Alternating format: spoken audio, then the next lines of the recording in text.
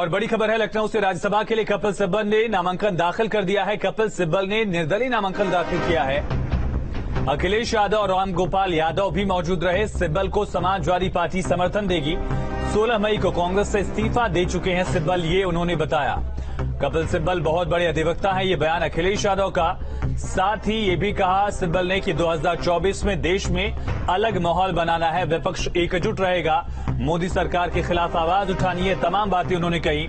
लेकिन सबसे अहम पहलू ये रहा कि कपिल सिब्बल 16 मई को कांग्रेस से इस्तीफा दे चुके हैं। जयंत यादव क्या राज्यसभा जाएंगे, इस बात को लेकर सुगबुगाहट चल रही थी, चर्चाएं चल रही थी, लेकिन कपिल सिब्बल का नाम सामने आया। कपिल सिब्बल ने नामांकन भी दाखिल कर दिया है और इसके अलावा डिंपल यादव और जावेद अली का नाम राज्यसभा के लिए समाजवादी पार्टी ने आगे बढ़ाया है। बड़ी खबर इस वजह से क्योंकि कपिल सिब्बल कांग्रेस के एक बड़े नेता के तौर पर अपनी छाप रखते हैं, पहचान रखते हैं। कांग्रेस की सरकारों में वो केंद्रीय मंत्री रहे, देश के बड़े वकीलों में उनकी गिनती होती है, लेकिन समाजवादी पार्टी के साथ जाकर एक बड़ा झटका कांग्रेस को उन्होंने दिया। ये तस्वीरें देखिए जब राम गोपाल यादव और अखिलेश यादव के साथ विधानसभा पहुंचे थे कपिल सिब्बल और वहां पर उन्होंने नामांकन दाखिल किया।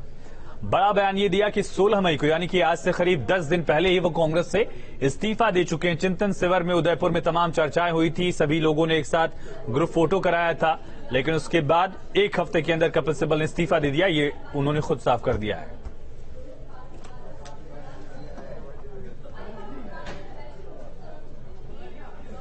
देखिए हम विपक्ष में रह के हम एक गठबंधन बनाना चाहते हैं, सभी का गठबंधन, ताकि हम मोदी सरकार का विरोध करें। हम चाहते हैं कि 2024 में एक ऐसा माहौल बने हिंदुस्तान में कि मोदी सरकार की जो खामियां हैं वो जनता तक पहुंचाई जाए और हम इसका प्रयास करेंगे। मैं खुद इसमें अपना इसका प्रयास करूंगा। मैंने दे दिया है 16 मई को मैंने कांग्रेस पार्टी से त्याग पत्र दे दिया है। 16 मई को मैंने त्याग पत्र दे दिया। समर्थन सभी ने मुझको दिया है। सारे उत्तर प्रदेश में जो यहाँ दल है उसमें समर्थन मुझे मिला है। उत्तर प्रदेश की कितनी आवाज हम कह सकते हैं राज्यसभा में? देखिए आपको मालूम है कि मेरी राज्यसभा में आवाज उठती थी, तभी भी मैं उत्तर प्रदेश का प्रत्याशी था। राज्यसभा चुनाव में जिनको सदस्य बनाना है पार्टी को, बहुत जल्दी वो लोग नामांकन कर देंगे। आज कपिल सिब्बल जी ने किया है, वो समाजवादी पार्टी के समर्थन से राज्यसभा में जा रहे हैं। पहला नॉमिनेशन हुआ है, इस तरह पार्टी की तरफ से 2 और जा सकते हैं। बहुत जल्दी उनका भी नॉमिनेशन हो जाएगा। कपिल सिब्बल जी के आने से किस तरीके से देखते हैं? कपिल सिब्बल जी वरिष्ठ अधिवक्ता रहे हैं, देश के जाने माने केसेस उन्होंने लड़े हैं। वो लोकसभा में रहे हों, राज्यसभा में रहे हों, उन्होंने बात को अच्छी तरह रखा है ढंग से। पॉलिटिकल कैरियर भी है उनके पास। एज ए लॉयर बहुत सक्सेसफुल लॉयर हैं। तो हमें उम्मीद है कि देश में जो बड़े बड़े सवाल हैं, आज देश किस रास्ते पर है। आज बेरोजगारी सबसे ज्यादा है, महंगाई रुक नहीं रही है, कानून व्यवस्था ध्वस्त होती चली जा रही है, हमारी सीमाएं सुरक्षित नहीं है, चीन लगातार हमारी सीमाओं के अंदर आ रहा है। तो इन तमाम बड़े बड़े सवालों पर मुझे लगता है कपिल सिब्बल जी समाजवादी पार्टी और अपने विचारों को रख पाएंगे। अखिलेश यादव का बयान आपने सुना। उन्होंने वकालत वाले पहलू पर पॉलिटिकल कैरियर से ज्यादा फोकस किया है। वकील वाला जो पहलू है, कपिल सिब्बल का बड़े वकील हैं, उस पर ज्यादा उन्होंने जोर देने की कोशिश की है, लगता है ऐसा। वहीं इस शामिल होने पर दरअसल कपिल सिब्बल के राज्यसभा उम्मीदवार बनाए जाने को लेकर बीजेपी की तरफ से भी प्रतिक्रिया सामने आ गई है। डिप्टी सीएम ब्रजेश पाठक ने इसको लेकर किस तरह से तंज कसा है, देखिए मैं बराबर इस बात को कहता हूं, समाजवादी पार्टी का सरकार में हमेशा जब भी वो सरकार में रहे हैं, उन्होंने अराजकता को बढ़ावा दिया है, गुंडई को बढ़ावा दिया। सदन चलाने में उनका कभी विश्वास नहीं रहा। वो हमेशा रैंपेज पे जाते रहे, झगड़ा करते रहे, सदन में यही माहौल उनके पक्ष में हमेशा वो करते रहे। मुझे लगता है कि पूरा प्रदेश इस बात को देख रहा, भारतीय जनता पार्टी सदन चलाना चाहती है, सरकार सदन चलाना चाहती है और प्रदेश हित में, जनहित में काम करना चाहती है। तो बयान आपने सुना, लेकिन लगातार इसको लेकर अब सियासत भी गरमाएगी, इतना तय माना जा रहा है, क्योंकि जिस तरह से कपिल सिब्बल अब समाजवादी पार्टी के समर्थन से राज्यसभा जा रहे हैं, ऐसे में कांग्रेस के लिए बड़ा झटका और खास करके कांग्रेस इस पर क्या रिएक्शन देती है, ये बहुत अहम होने वाला है। इससे पहले भी कपिल सिब्बल 2016 में जो कार्यकाल उनका इस समय चल रहा है, तब भी समाजवादी पार्टी के समर्थन से ही, कांग्रेस के साथ विधायकों के समर्थन से ही वो पहुंचे थे। लेकिन इस बार परिस्थितियां अलग है। कांग्रेस और समाजवादी पार्टी इस बार चुनाव में आमने सामने खड़ी थी और हर चुनाव में 2017 के विधानसभा चुनाव के बाद हर चुनाव में दोनों पार्टियां आमने सामने खड़ी रही हैं। एक दूसरे के पक्ष में उस तरह की कोई बयानबाजी हमने नहीं देखी। तो इस पर कांग्रेस की क्या प्रतिक्रिया रहती है, क्योंकि पूर्व केंद्रीय मंत्री छोड़कर गए हैं पार्टी और एक तरह से समाजवादी पार्टी उनको समर्थन दे रही है इस चुनाव में। तो ये देखना होगा कि कांग्रेस की प्रतिक्रिया क्या होती है। बीजेपी इस पर तंज कस रही है, लेकिन साथ साथ समाजवादी पार्टी के जो सहयोगी दल हैं उनका रुख क्या होता है, ये बहुत ज्यादा इंपॉर्टेंट होने वाला है। इस राज्यसभा चुनाव में कोई भी सहयोगी पार्टी का जो उम्मीदवार है अब तक उसकी चर्चा नहीं दिख रही है। एक तरफ डिंपल यादव का नाम है, जावेद अली जो कि पूर्व में भी राज्यसभा के सदस्य रह चुके हैं समाजवादी पार्टी से, उनका नाम चल रहा है। जयंत चौधरी का नाम बड़े ही जोर शोर से चल रहा था, लेकिन अब ऐसा दिख रहा है जिस तरह से दावेदार जो अब तक सामने आए हैं कि जावेद अली और डिंपल यादव के अलावा ये कपिल सिब्बल की ये जो तस्वीरें हैं ये अपने आप में इंपॉर्टेंट हैं।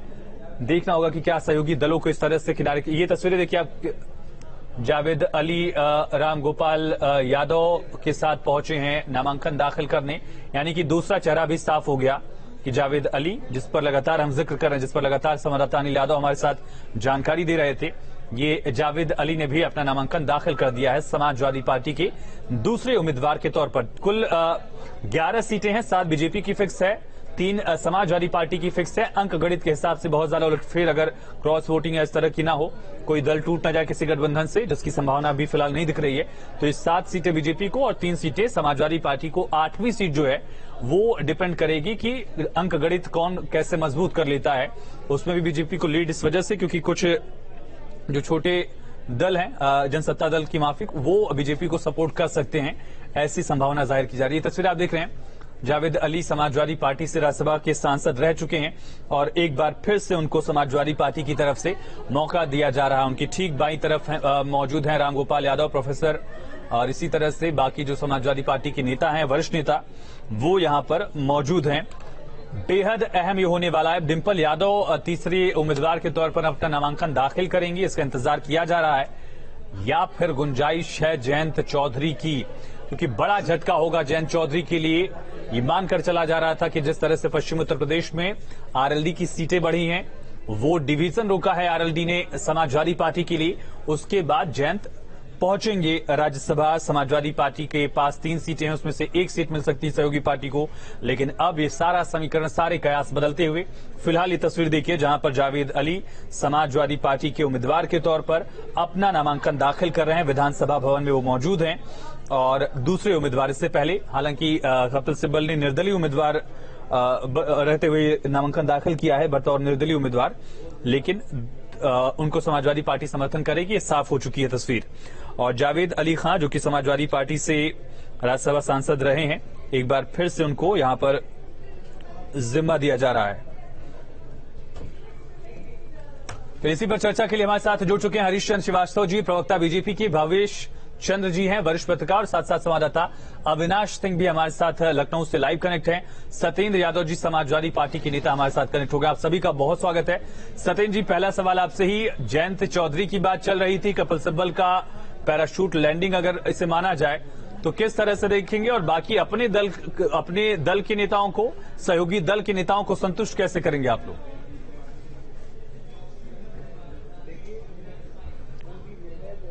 बातचीत के नहीं दिया जाता है, पार्टी का शीर्ष नेतृत्व है और उसके दिशा निर्देश में पार्टी डिसीजन लेती है, जो निर्णय आता है वो आपके सामने, उससे पहले बहुत सारी प्रोसीडिंग होती है। इस वक्त जो है सदन में सही आवाजें पहुंचने, ठीक है सत्येंद्र जी, लौटते हैं आपके पास। में कुछ राजनीतिक प्रतिक्रियाएं सामने आ रही, सुनते एक बार। जावेद अली आज दरअसल नामांकन दाखिल करने वो भी पहुंचे हैं, विधानसभा भवन में ही मौजूद हैं। देखना होगा कि क्या कहते हैं। इससे पहले कपिल सिब्बल ने अपना नामांकन दाखिल किया था, उसकी भी तस्वीरें हमने आपको दिखाई हैं। और तीसरा नाम क्या डिंपल यादव का होगा, जो लगातार चर्चा चल रही है, और अगर ऐसा होता है तो फिर सुनिए एक बार जावेद अली क्या कह रहे हैं। सांसदों के रूप में जो भी कर्तव्य निर्धारित किए गए हैं उन सब का मैं पूर्णतः पालन करूंगा। किस तरह की समस्या देखते हैं उत्तर प्रदेश में जो वहाँ सदन तक? उत्तर प्रदेश में तो समस्याएं ही समस्याएं हैं। उत्तर प्रदेश तो इस वक्त समस्याओं की जड़ बन गया है। पिछले कार्यकाल में भी हम लोग उत्तर प्रदेश से संबंधित मामले राज्यसभा में उठाते रहे हैं, आगे भी उठाते रहेंगे। आज कपिल सिब्बल ने आपने आज पर्चा दाखिल किया, ये कैंडिडेट और कब तक? क्या मतलब इस मुझे कब? तीसरा कैंडिडेट कब तक पर्चा? पार्टी नेतृत्व से पूछिए, जब दाखिल करने आएंगे आप इंतजार कीजिए, आपको पता चल जाएगा। तो जावेद अली को सुन रहे थे, वो भी जावेद अली खान अपना नामांकन दाखिल करने पहुंचे। सत्येंद्र यादव जी, पार्टी कैसे बनाएगी अपने खेमे के लोगों को और अपने साथ के लोगों को, साथ वाले दलों को? देखिए, कोई भी निर्णय जब आता है, जब आप तक पहुंचता है, उससे पहले बहुत सारी प्रोसीडिंग होती है, पार्टी की बैठक होती है, दिशा निर्देश तय करता है कि आगे क्या करना है, शीर्ष नेतृत्व है, उस पर सारी बातचीत हो चुकी होती है आप तक पहुंचने से पहले। दूसरी बात यह है कि देश में इस वक्त जो जरूरत है, सरकार की दमनकारी नीतियों के खिलाफ सदन में जरूरत है सही आवाजों को बुलंद करने की, और वो जयंत चौधरी सही आवाज नहीं क्या सत्यन जी? हेलो, जयंत चौधरी सही आवाज है या नहीं है? और अगर है तो रिप्रेजेंटेशन क्यों नहीं? ये मैं और आप डेटा नहीं दे सकते, पार्टी का शीर्ष नेतृत्व। चलिए ठीक है, ये आपकी पार्टी का अंदरूनी मामला है। लेकिन अविनाश, आखिर ये बॉन्डिंग बनी कैसे? क्या समाजवादी पार्टी ने अप्रोच किया कपिल सिब्बल को, या कपिल सिब्बल ने बात की, या फिर ये जो सारी कवायद है वो आजम खां की जमानत से लिंक होकर आगे बढ़ गई? देखिए, जब ऐसे कोई बड़ी पार्टी किसी भी नेता को इंडिपेंडेंट राज्यसभा भेजती है तो बदले में बहुत कुछ लेन देन होता है। हालांकि आज चूंकि कपिल सिब्बल से खुद मेरी बातचीत हुई तो उनसे मैंने यही सवाल पूछा कि आप कांग्रेस से इस्तीफा दे चुके हैं और आप चाहते तो बतौर सपा के प्रत्याशी के रूप में राज्यसभा जा सकते थे। उन्होंने कहा कि इससे पहले अखिलेश यादव से जब मेरी बातचीत हुई थी राज्यसभा जाने को लेकर, तो मैंने उनसे रिक्वेस्ट किया था कि मैं बतौर इंडिपेंडेंट कैंडिडेट राज्यसभा में जाना चाहता हूं, और उन्होंने इस बात को एक्सेप्ट कर लिया। हालांकि उन्होंने धन्यवाद भी दिया अखिलेश यादव को कि मुझे निर्दलीय प्रत्याशी के रूप में राज्यसभा भेजने के लिए अखिलेश यादव को बहुत बहुत धन्यवाद। लेकिन देखिए, सबसे बड़ी बात आयुष ये है, चूंकि वो बात पहले आप खुद बोल रहे थे कि पार्टी के अंदर बहुत से ऐसे नेता थे, जो पुराने नेता थे, जो इस बात का इंतजार कर रहे थे कि इस बार विधानसभा में चूंकि विधायकों की संख्या बढ़ी है तो हो सकता है कि पार्टी की तरफ से उन्हें इनाम मिले और उन्हें राज्यसभा भेजा जा सकता है। लेकिन देखिए, जो दो नाम अभी तक सामने आए हैं, पहला नाम कपिल सिब्बल का, वो पार्टी के प्रत्याशी नहीं है, हालांकि पार्टी उन्हें समर्थन दे रही है, क्योंकि अखिलेश यादव और रामगोपाल यादव दोनों लोग मौजूद थे। और दूसरे जो प्रत्याशी हैं जावेद अली को रामगोपाल यादव का बहुत करीबी माना जाता है। तो वैसे में माना जा रहा है कि जावेद अली को रामगोपाल यादव का करीबी होने के नाते उन्हें राज्यसभा की सीट इनाम के तौर पर मिली है। तीसरे नाम को लेकर जो चर्चा हो रही है, माना जा रहा है कि डिंपल यादव, जो अखिलेश यादव की पत्नी है, उनको राज्यसभा समाजवादी पार्टी भेज सकती है। लेकिन अगर डिंपल यादव जाती है तो देखिए, इससे पहले जयंत चौधरी का नाम सबसे आगे था। कहा जा रहा था कि जयंत चौधरी को भी सपा अपना उम्मीदवार बना सकती है। तो वैसे में जयंत चौधरी को झटका लग सकता है। हालांकि इसके अलावा आलोक रंजन, जिन्होंने सपा का पूरा मैनिफेस्टो तैयार किया था, उनके नाम को लेकर भी चर्चा चल रही थी कि हो सकता है कि सपा आलोक रंजन को राज्यसभा भेज सकती है। तो दो नाम बिल्कुल साफ हो चुके हैं, जावेद अली और कपिल सिब्बल का। जो तीसरे नाम पर सबसे ज्यादा चर्चा हो रही है, डिंपल यादव को लेकर हो रही है। वैसे में देखिए, चूंकि ये अखिलेश यादव का खुद का फैसला है, लेकिन कहीं ना कहीं जो पार्टी के पुराने वर्कर हैं, उनमें इस चीज को लेकर दबी जुबान में बात भी हो रही है कि आखिर क्या पार्टी में नेताओं की कमी थी, जो बाहर से किसी व्यक्ति को लाकर उन्हें राज्यसभा भेजा जा रहा है। बिल्कुल, काडर में बहुत बड़ा सवाल उठेगा जरूर, जिसका जिक्र अविनाश आप कर रहे हैं। हरीश जी, मैं आपके पास आऊंगा, लेकिन भावेश चंद सर, क्या कपिल सिब्बल ने मतलब किस वजह से चुना सिर्फ समाजवादी पार्टी को? क्योंकि उनके पास आरजेडी का ऑप्शन था, जेएमएम प्लस कांग्रेस का ऑप्शन भी हो सकता था झारखंड के लिहाज से। समाजवादी पार्टी को चूज करने का उनका फैसला क्या दर्शाता है? बिहार में, लेकिन बिहार में भी समस्याएं थी। बिहार में लालू यादव जो है शरद यादव को भी भेजना चाहते हैं। शरद यादव चूंकि उन्होंने उनकी पार्टी ज्वाइन कर ली है, पहले उनकी अपनी पार्टी थी और उन्होंने पार्टी छोड़ अपनी पार्टी का विलय कर लिया है आरजेडी के साथ। तो एक उनके साथ कमिटमेंट है, तो उनके पास मुझे लगता है कोटा पूरा था। हालांकि लालू यादव का केस लड़ते रहे हैं और माना यही जा रहा था कि कपिल सिब्बल के लिए आसान रास्ता है कि वो बिहार चले जाए, बिहार से एक बार फिर राज्यसभा पहुंच जाए, और ऐसा लग रहा था कल तक। लेकिन कल अचानक स्थितियां बदली और उसके बाद अखिलेश यादव से निश्चित रूप से उनका संपर्क हुआ होगा। और उत्तर प्रदेश में भी चूंकि 3 सीटें है समाजवादी पार्टी के पास क्लियर कि 3 सीट को तीन सांसद भेज सकती है राज्यसभा में, इस लिहाज से उनका अपना सेटिंग ये चल रहा है कि भाई कपिल सिब्बल अगर उनके साथ रहते हैं तो एक बड़े वकील है, और समाजवादी पार्टी भी कई तरह से मुसीबतों में फंसी रहती है। और इस समय जो सरकार चल रही है, इस समय जिस तरह से राजनीति चल रही है उत्तर प्रदेश में, इसमें केस मुकदमे और इस तरह की चीजें लगी रहेंगी। तो एक वकील का साथ रहना मुझे लगता है कि सूट कर रहा है समाजवादी पार्टी। इतनी बड़ी फीस तो चुकानी पड़ जाएगी अगर वकील हैं, एक सीट बहुत बड़ा है कि वो बिहार में भी उनको फिट माना जा रहा था और उत्तर प्रदेश में भी इसीलिए फिट माना जा रहा है। तो उनकी वकालत ही काम आ रही है फिलहाल। उनकी वकालत कांग्रेस में तो काम नहीं आई, लेकिन समाजवादी पार्टी में उनकी वकालत काम आ रही है। और लेकिन समाजवादी पार्टी ज्वाइन करेंगे नहीं करेंगे, इसको लेकर अभी सवाल है। बिल्कुल। हरीश चंद्र जी, किस तरह से देखते हैं पूरे डेवलपमेंट को? अचानक से कपिल सिब्बल लखनऊ पहुंचते हैं, नामांकन दाखिल करते हैं, अखिलेश यादव, राम गोपाल यादव उनके साथ मौजूद होते हैं, मोदी विरोध का जिक्र एक बार फिर से किया गया। आप लोगों के लिए चुनौती बढ़ेगी? देखिए, भारतीय जनता पार्टी के लिए कपिल सिब्बल जी का आना या किसी का आना वो कोई चुनौती नहीं है। ये अवश्य है कि कपिल सिब्बल साहब के जो रिश्ते कांग्रेस लीडरशिप से थे, ये पिछले वहाँ G23 जो ग्रुप बना हुआ था, जो असंतुष्ट नेताओं का कांग्रेस के, उसमें कपिल सिब्बल साहब भी एक सबसे बड़े महत्वपूर्ण लोगों में से थे। तो कांग्रेस के साथ, उनके लीडरशिप के साथ उनके रिश्ते वो बहुत अपने को सहज नहीं पा रहे थे। और जहां तक अखिलेश जी का सवाल है, उन्होंने, अब ये तो वही जानते हैं, जैसा भावेश जी ने कहा कि उनका हो सकता है कि उनका बड़ा वकील होना अखिलेश जी को सूट करता हो, या ये भी संभव है कि क्योंकि आजम खान साहब का मुकदमा वो लड़ रहे थे, या तो आजम खान साहब के से अपने रिश्ते को थोड़ा सहज बनाने के लिए अखिलेश जी ने उनको राज्यसभा लाने का उन्होंने मन बनाया। फिलहाल जो भी हो, लेकिन वो ये समाजवादी पार्टी लीडरशिप को तय करनी थी कि उसके पास जो 3 सीटें हैं उसमें वो किसको भेजती है, और कपिल सिब्बल साहब को भेज रही है, तो ये तो उनका अपना अंदरूनी विषय है। और वो कांग्रेस से त्यागपत्र दे ही चुके हैं, जैसा उन्होंने कहा कि 16 मई को ही कांग्रेस से त्यागपत्र दे चुके थे। चलिए ठीक है, ये आंतरिक मामला हो सकता है, लेकिन हरीश चंद्र जी, क्या आप मानते हैं कि कांग्रेस का जो बेस है वो छिटक रहा है? टीएमसी में, जेडीयू में, इस तरह की पार्टियां जो हैं वो कांग्रेस के कैडर को अपनी तरफ खींच रही हैं। देखिए, कांग्रेस की जो लीडरशिप है वो जिस वैचारिक शून्यता की दृष्टि से गुजर रही है, जो दिशाहीनता है, तो वो ये बात तो बहुत स्वाभाविक है। ठीक है। कि जो लोग हैं वो रास्ता तलाश रहे हैं और ये लंबे अरसे से चला आ रहा है। तो उसकी वजह यही है कि वो श्रीमान राहुल गांधी में वो नेतृत्व क्षमता नहीं देख रहे हैं, वो कोई पार्टी को दिशा नहीं दे पा रहे हैं, पार्टी के कार्यकर्ताओं नेताओं को प्रेरित नहीं कर पा रहे हैं। तो जब तक लीडरशिप में प्रेरक क्षमता नहीं होगी, तब तक जिस स्थिति में आज कांग्रेस पहुंच गई है कि उत्तर प्रदेश जैसे राज्य में वो एकदम शून्य की तरफ पहुंच गई, तो वो पार्टी तो सरवाइव करने का कोई सवाल ही नहीं। ठीक है। तो निश्चित रूप से जो राजनीति में वाइब्रेंट लोग रहे वो कहीं न कहीं अपना रास्ता ढूंढ रहे हैं। ठीक है, ऋषि लौटेंगे। सत्येन जी, राजनीति में कपिल सिब्बल को राज्यसभा भेजकर अपने समर्थन से क्या आप लोग कांग्रेस से भी एक तरफ से भिड़ने की कोशिश नहीं कर रहे हैं?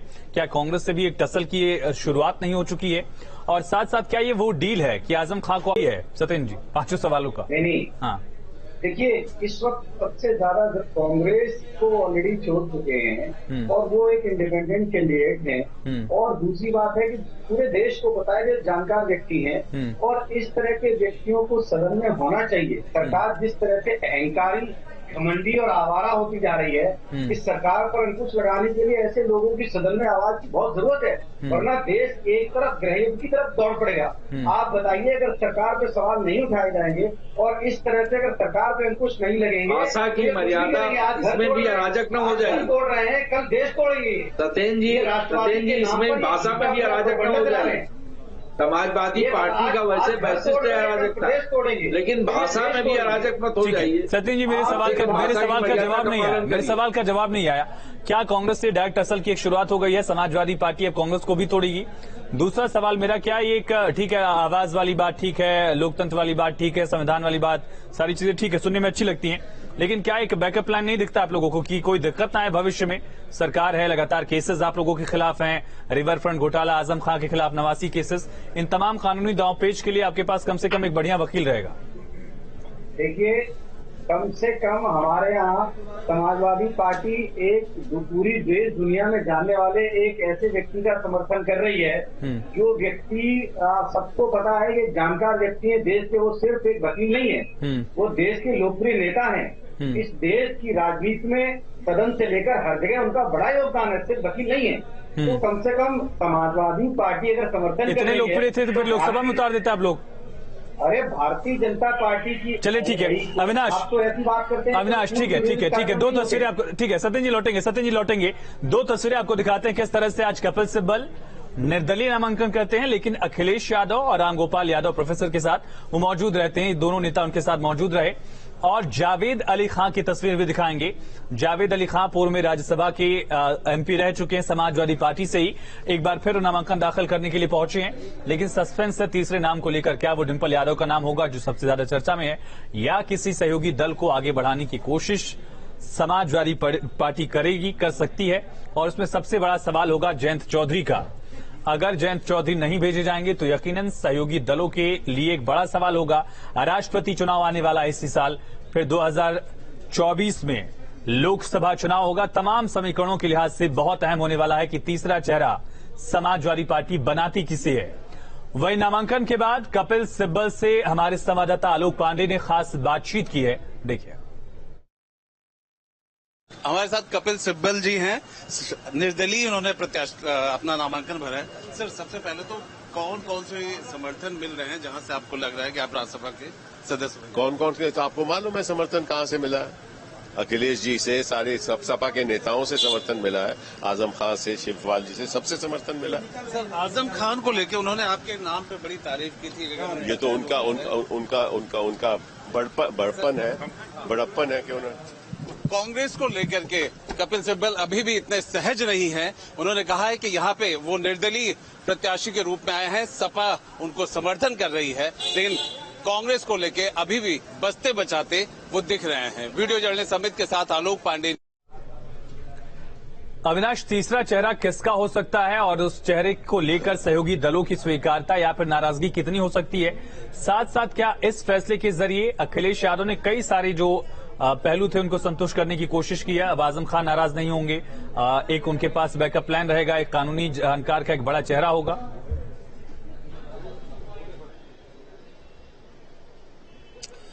देखिए, तीसरे चेहरे को लेकर सस्पेंस अभी बरकरार है। हालांकि अभी जहां पर नामांकन चल रहा है विधानसभा के अंदर, वहां रामगोपाल यादव मौजूद थे, तो उनसे हम लोगों ने सवाल पूछा कि तीसरा चेहरा कौन होगा, तो उन्होंने अभी कुछ बोला नहीं। उन्होंने बोला कि थोड़ा सा आप लोग इंतजार करिए, बहुत जल्दी साफ हो जाएगा कि तीसरा चेहरा कौन होगा।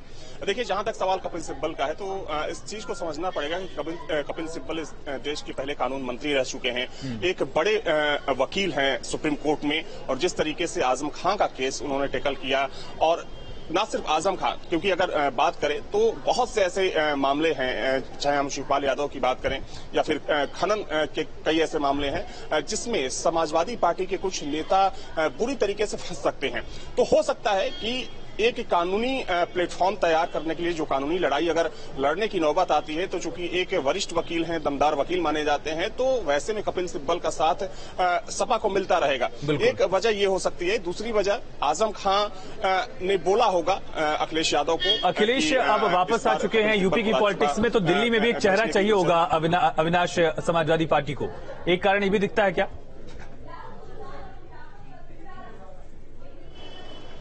देखिए, निश्चित तौर पर जैसा कि मैंने पहले कहा कि देश के कानून मंत्री रह चुके हैं और कांग्रेस के जो टॉप के सीनियर लीडर रहे हैं उनमें से कपिल सिब्बल का एक नाम हुआ करता था।